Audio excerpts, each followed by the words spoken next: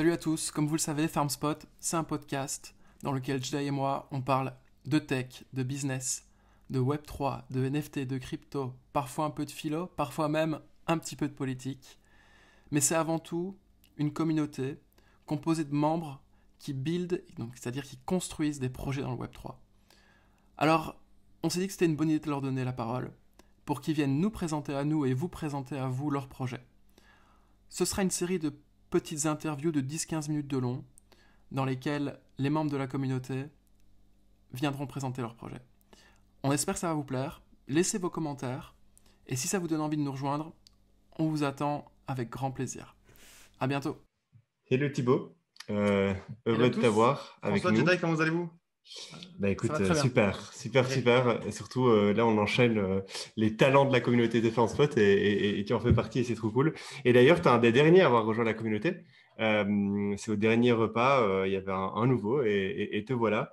Et vu qu'on ne te connaissait pas trop, moi, j'avais pas trop regardé ta présentation sur le Discord. Tu nous as un peu dit ce que tu faisais et c'était super intéressant. Donc, tu vas nous en parler aujourd'hui. Et il y avait aussi d'autres choses super intéressantes. Donc, il n'y a pas que ton métier qui est intéressant. Il y a aussi ta façon de vivre qui sont assez intéressants. Et bon, si on a le temps, on en parlera, même si on est là pour parler principalement de ce que tu fais.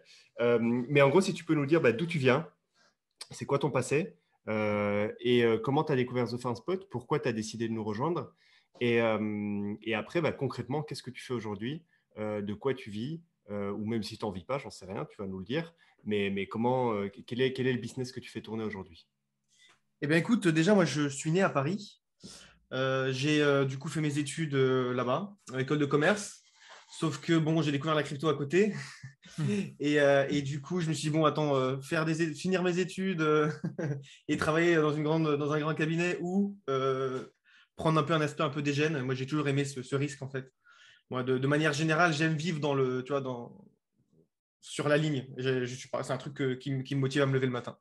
Et donc j'ai découvert la crypto en 2017 et FarmSpot il y a écoute, quelques semaines avant le repas. Donc j'ai eu une grande chance quand même.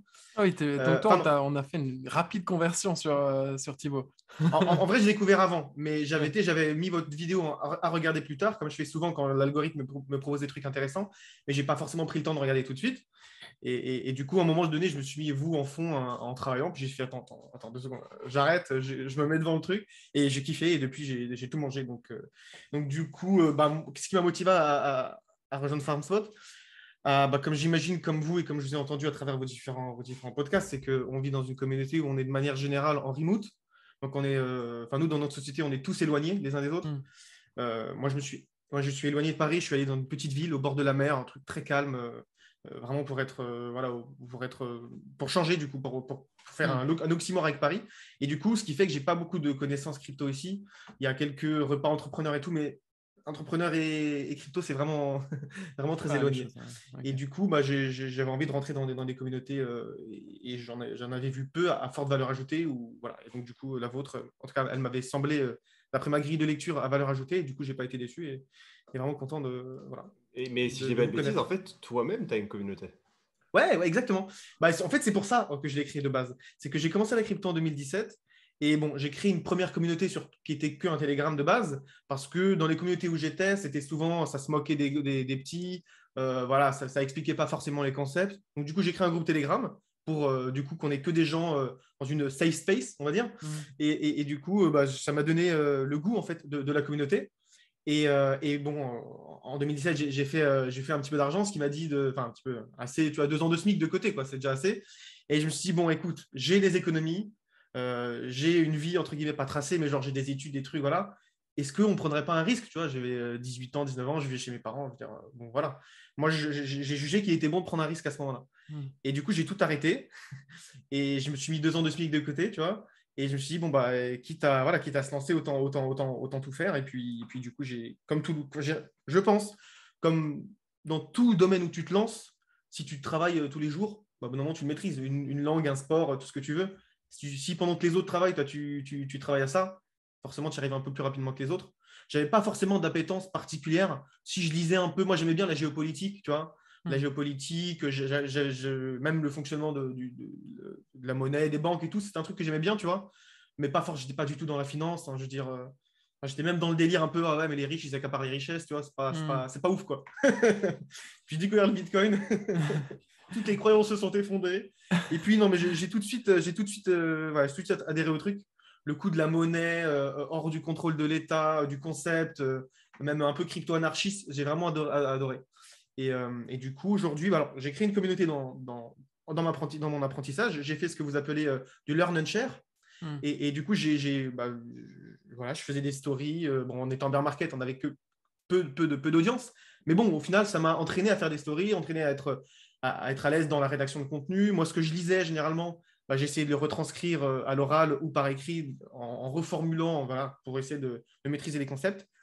Et puis j'ai créé un blog. Et en fait, en 2020, donc ça faisait 2 ans avec mon ami et associé qui est devenu mon associé quelques années après, parce que lui, il a continué ses études. Donc on était dans le hustle, mais sans stratégie en fait. On faisait des réseaux sociaux, on diffusait des analyses, on n'avait pas de business plan, pas de truc. Je me suis dit, écoute, on se laisse faire. De toute façon, je suis économe, donc j'avais 2 ans de salaire devant moi. Et du coup, je me dis, vas-y, on prend les choses comme elles viennent. Je réfléchis pas, et puis on fait les choses, et puis on verra bien. Et donc, j'ai eu de l'appétence pour ce qui est de la recherche et l'analyse. Voilà.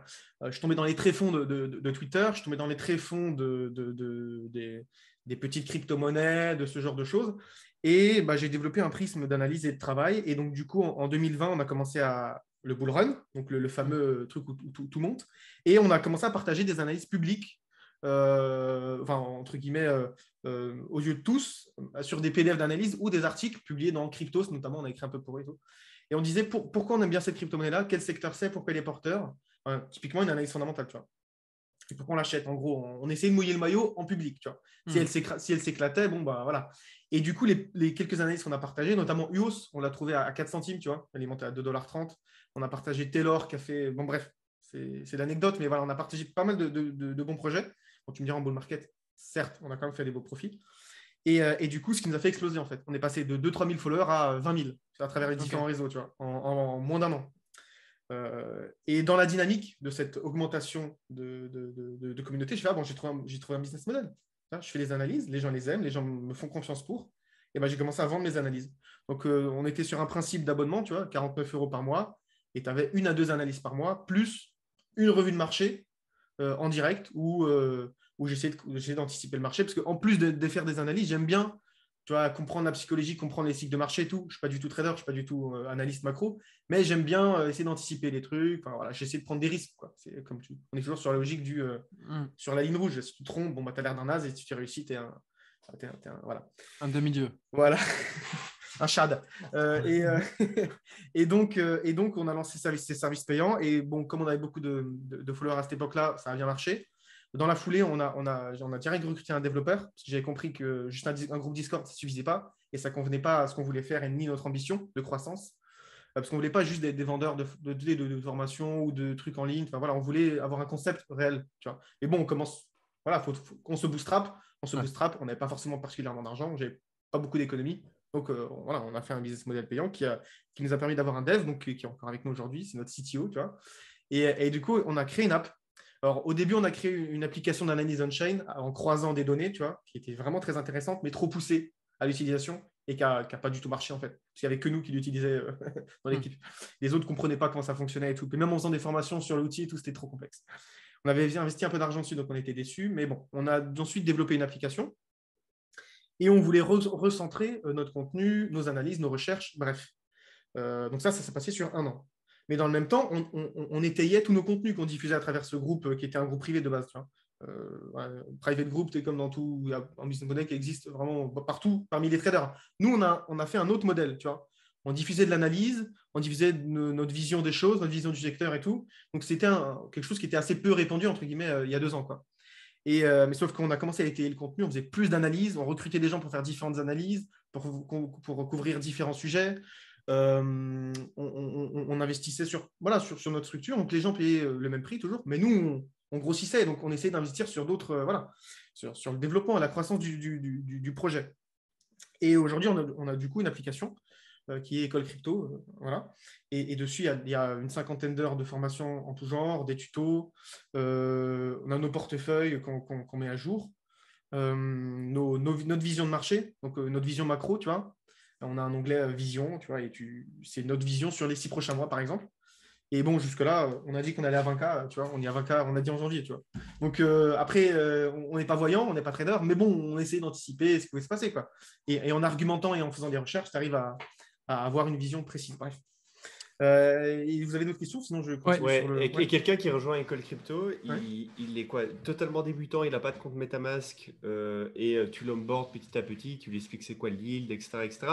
Ou alors tu restes quand même sur des choses centralisées, des plateformes centralisées, et tu lui dis principalement quoi acheter. Comment ça se passe? C'est quoi Est-ce que tu lui donnes le poisson quoi ou est-ce ton que tu audience? l'apprends à pêcher, quoi? Alors, on lui apprend à pêcher. C'est toute l'éthique un peu du projet. Je ne suis pas du tout fan du call, du truc, du quoi. Quand je fais quelque chose, généralement, j'essaie d'expliquer pourquoi je le fais. Et j'incite les gens à ne pas faire ça s'ils n'ont pas compris pourquoi je l'ai fait. Tu vois. Et même en expliquant pourquoi je le fais et ma vision. Donc, nos membres cibles, c'est des gens qui connaissent déjà la crypto-monnaie, qui sont sur Twitter, qui sont sur différentes communautés, qui ont envie d'alpha, comme on pourrait dire, et qui ont envie de la valeur ajoutée, quoi, du contenu. Et voilà. Curation, ouais.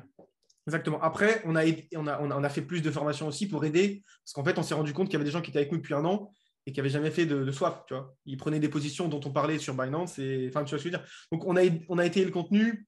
On fait beaucoup de choses, en fait. Aujourd'hui, on peut onboard quelqu'un qui a des bonnes capacités comme un noob. On a aujourd'hui le framework pour onboard ce deux types de personnes. Après, on a aussi des lives en groupe, donc on fait des petits groupes par personne qu'on essaie de réunir par taille de portefeuille, même si c'est difficile au niveau de OPSEC, tu vois, de demander. Mais bon, on essaie que les gens soient transparents envers eux-mêmes et rejoignent le groupe qui convient à leur taille de portefeuille. Et du coup, voilà, on peut poser des questions un peu plus personnelles, on aide les gens au fur et à mesure. Bref, c'est une organisation qu'on a travaillé au fur et à mesure du temps et qui aujourd'hui aide à aider plus d'1 millier de personnes, en tout cas depuis qu'on a commencé. Voilà. Ok, moi je vois sur le site web que vous avez 3 types d'abonnements. En général, juste d'un point de vue conversion d'un lead à un client régulier, à un client qui prend sur un an, tu peux partager un petit peu quels sont grosso modo les pourcentages. Si tu as 10 leads qui arrivent, combien prennent un abonnement et combien après switch sur un abonnement de un an ou bien alors directement sur l'abonnement de un an. Enfin, tu vois, genre, à quel point est-ce que tu as du churn quels sont en gros tes gros défis actuellement de ce point de vue-là? Alors, mon plus gros défi, c'est plus actuellement, c'est plus du management et de la psychologie, on va dire. Je vais répondre à ta question, mais juste, tu me dis ton plus gros défi. C'est vraiment, des fois, on dit des choses qui sont intéressantes à respecter, ouais, et les gens n'écoutent pas forcément tous. Tu as beau payer pour un service, tu as beau avoir tout le plan devant toi, il y a plein de gens qui, de toute façon, n'en font qu'à leur tête. Donc, le plus dur, c'est de réussir à transmettre le message et de le répéter assez longtemps pour que les gens le comprennent. Mais sinon, attends, justement là-dessus, c'est important pour toi. C'est-à-dire que si tu leur donnes une vision du monde ou dans une problématique donnée que toi tu as et tu penses que c'est la bonne vision à avoir et que c'est vers là qu'il faudra aller, ou même en termes de pratique, tu penses que c'est une bonne pratique et c'est là qu'il faudra aller, évidemment que tu aimerais que ta communauté la fasse, enfin te suive et qu'elle mette en place cette bonne pratique. Mais si elle ne le fait pas, t'en es pas responsable, mais et c'est quoi pourquoi ça te gêne? Pourquoi c'est un défi? Après, je peux comprendre que par contre, les gens du coup vont se plaindre, ils vont penser que c'est de ta faute et ils vont aller dire oh là là, le méchant Thibaut, c'est à cause de toi que. Je te donne un exemple parmi tant d'autres. Quand on partage des crypto-monnaies à risque qui sont intéressantes, on dit pourquoi, mais on donne les risques aussi avec. Tu vois, on dit les atouts, mais on donne les risques. Les gens, ils lisent les atouts et il faut mobile. Ça, c'est un truc qui m'énerve. Ou alors on dit, généralement, quand nous, on achète une crypto-pépite ou une gemme, voilà comment on l'appelle, nous, on met 1, 2, 3, 4% de notre capital. Il y a des mecs qui ont mis des 70% sur des crypto-monnaies. Je me dis, mais t'es con. Tu vois je veux dire, et donc, mon challenge, c'est de répéter assez longtemps. Pourquoi? Parce que j'ai l'impression que les humains comprennent que à la répétition. Moi, tu me dis quelque chose une fois, je peux t'entendre, ça peut tiquer dans ma tête dès la première fois, mais généralement, de manière générale, tous les humains, c'est à la répétition. Tu leur dis plusieurs fois la même chose. Déjà, de un, ça montre que tu as confiance en ce que tu dis. Parce que si je dis, là, on est en train de faire une discussion vite fait, je dis, ah, mais dans 6 mois, on est à 2K, tu vois, en rigolant. Et bon, j'ai dit qu'on était à 6 mois, à 2K dans 6 mois. Mais si tu le répètes tous les jours avec insistance, normalement, les gens vont dire, ah ouais, mais en fait, il est vraiment sérieux, il croit vraiment à ce qu'il dit, tu vois. Et si jamais on y arrive ou si jamais on y arrive. Bref. En gros, c'est comment transmettre une idée Et puis après, moi, je trouve que c'est mon rôle parce que si les gens payent un service, j'estime qu'ils veulent de A à Z ce pourquoi ils sont là. Et en répétant les choses et en voulant leur faire comprendre, et des fois, j'engueule personne, mais des fois, je suis un peu énervé, tu vois. Il y a des mecs, franchement, tu vois, on a dit quelque chose, on vous dit des trucs et vous les respectez pas et après, vous perdez, tu vois. Moi, ça me saoule. En plus, en termes d'humains, il y a des gens que je connais depuis des années, tu vois. Il y a des gens que je connais depuis des années qui sont avec nous depuis le début majoritairement et qui ont beaucoup perdu, voire tout perdu sur le marché. Et je dis, mais pourquoi? Qu'est-ce qui s'est passé? Et il m'explique quelles sont ses erreurs. Je dis, mec, ça fait 2 ans que je te donne la ligne à suivre. Tu ne l'as pas suivi, tu as tout perdu. Moi, aujourd'hui, d'abord, ça me fait chier pour toi. Parce que d'abord, on avait une bonne relation et tout. Et le fait que j'imagine que tu seras moins présent, que tu seras moins enjoué. Enfin, tu vois, il y a des gens avec qui on partage des émotions. Genre Bitcoin à 69K. Nous, on a 2 types de live un peu crise. Tu vois, c'est live euphorie et live pauvreté, tu vois. Et le live euphorie, c'est là, on est tous réunis dans la room Discord. C'est alors demande d'achète une île. Alors voilà, toi tu fais la plomberie, toi tu vois, on est en mode délire par rapport à tout l'argent qu'on gagne, et c'est drôle, tu vois. Et hier, on a fait un live pauvreté et du coup, tout le monde pleurait, et voilà. Et donc, tu vois, c'est ce genre de choses où on partage des émotions et avec d'autres êtres humains.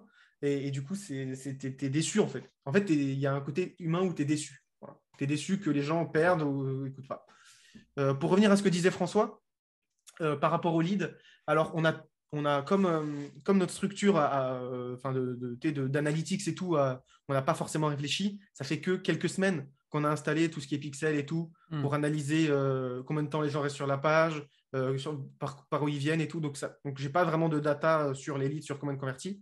Après, 95% des gens, c'est abonnement, enfin même 90% des gens, c'est abonnement par mois au mois. Parce que la plupart des gens se disent ah mais je vais rentabiliser le mois d'après, du coup ça va me rembourser, tu vois. Il y a plein de gens comme ça. Après il y en a beaucoup qui se convertissent sur un an quand ils ont testé plusieurs mois avec nous. Très clair. Ok. Tu disais au tout début de la conversation que que vous partagez votre portfolio, c'est votre portfolio perso que vous partagez en public avec tout le monde? Alors pendant 2 ans on a partagé mon portfolio perso, mais au bout d'un moment ça ne collait plus aux problématiques des membres, vu que mon folio avait grossi. Et donc, tu ne manages pas tu vois, des sommes à 6-7 chiffres comme une somme à 4-5. Donc, du coup, je ne prenais pas assez de risques pour eux. Donc, du coup, ça les décevait. Et donc, il y a 6 mois, on a opéré le changement et je me suis fait un autre portefeuille type. Et du coup, maintenant, ce portefeuille type, c'est le portefeuille que je manage aussi, tu vois. Mais ce n'est plus mon portefeuille, mon portefeuille personnel. Je l'ai majoritairement cash out en USDT et tout il y a 1 an, tu vois. Donc, je n'ai pas retouché au marché depuis. Mais avec mon portefeuille type, lui, j'essaie de prendre des risques, mais j'essaie aussi de gérer le macro, quoi. Donc c'est mon portefeuille. Oui, pour répondre à la question, oui, c'est mon portefeuille propre. C'est pas un test, voilà. Ok, d'accord. Et alors, en ce moment, c'est la crise. Au moment où on enregistre cet épisode, c'est difficile. l'Ethereum est à plus ou moins autour de $1000, sachant qu'à son top, il était quasiment à 5000. Qu'est-ce que tu dis à ta communauté? Qu'est-ce que tu dis aux gens qui vont passer sur cette vidéo? En plus de rejoindre écolecrypto.fr. Alors, de manière générale, je répète, vous auriez dû plus écouter quand j'ai dit qu'il fallait avoir du stable. Mais ils auraient pu prendre de l'UST, tu vois, genre... Ah ouais, mais non, nous, on déconseille encore. Donc, il y a même 3 semaines avant le crash, on répétait que c'était un Ponzi. Après, moi aussi, j'ai eu des fonds sur encore à un moment donné. Mais en faisant mes recherches et en lisant d'autres trucs, je me suis aperçu que le truc n'était pas forcément stable. Donc, non, on est... En fait, si je peux décrire en un mot ce qu'on fait, c'est on essaie d'être clairvoyant. On n'arrive pas tout le temps, mais on essaie d'être clairvoyant. Et du coup, en ce moment, par rapport au marché, qu'est-ce qu'on leur dit? D'ailleurs, on a fait un live hier, j'ai dit ce que je pensais du marché et tout. Là, en ce moment, je dis d'être patient. Parce que si vous êtes rect et que vous n'avez pas de quoi racheter, là, tu ne peux plus rien faire. Je veux dire, tu peux vendre une position moins 70 qui va refaire moins 70. Ça va t'avancer à quoi? Si tu es rect, tu n'as plus rien à faire. Si tu as du stable, tout dépend de la proportion de stable que tu as par rapport à ton total et ce que ça représente, tu vois, ou alors combien tu as en économie que tu veux remettre en euros. Moi, je dis que c'est une question de proportion de manière générale. Si tu as du stable, mais que tu as 400 balles de stable, bon, attends, je veux dire, sinon tu vas tout épuiser maintenant, ça va plus être drôle. Par contre, si tu as un portefeuille à 300 000 et que tu as 100 000 de stable maintenant, commence à défaire, tu vois, ce genre de choses. Je pense qu'il faut réévaluer par rapport à sa propre situation. Okay. Après, par rapport au marché, moi, je dirais d'attendre. Moi, je n'ai pas acheté encore. Il aurait fallu, mais j'ai pas, j'ai pas les couilles encore d'acheter. J'attends de voir plus de clarté macro et tout, parce que, comme vous l'avez déjà dit, on est sur un tournant assez impressionnant, en tout cas psychologiquement. Ouais, complètement d'accord. Je pense que si on a le choix et qu'on peut attendre, autant attendre. Ouais. Et si on est rect, tant pis. Et on a écouté un live avec Jedi assez intéressant où Julien Bouteloup et un mec de Marc Zeller, je pense, de chez AV, etc., discutaient justement de.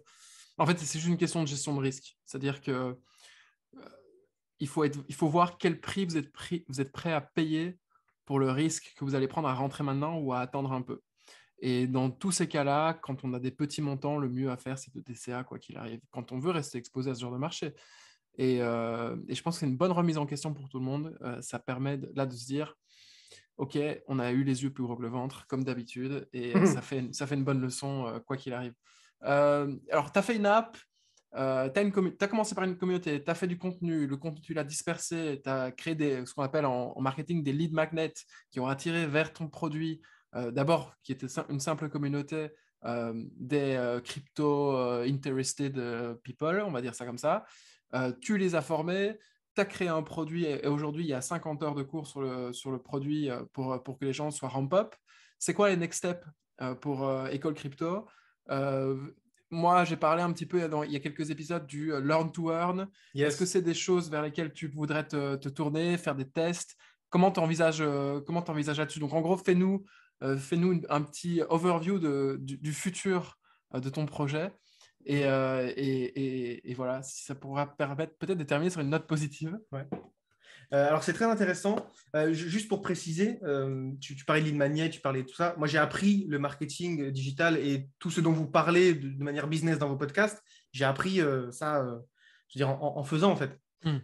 S'il y a une chose que je peux dire qui est drôle, qui restera posthume ou pour la gloire, mais tout ce qu'on a fait, on l'a fait à l'instinct. On n'a pas fait de calcul.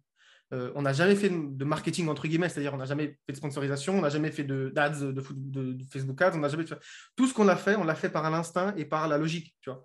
Partager du contenu avant de créer un produit, logique.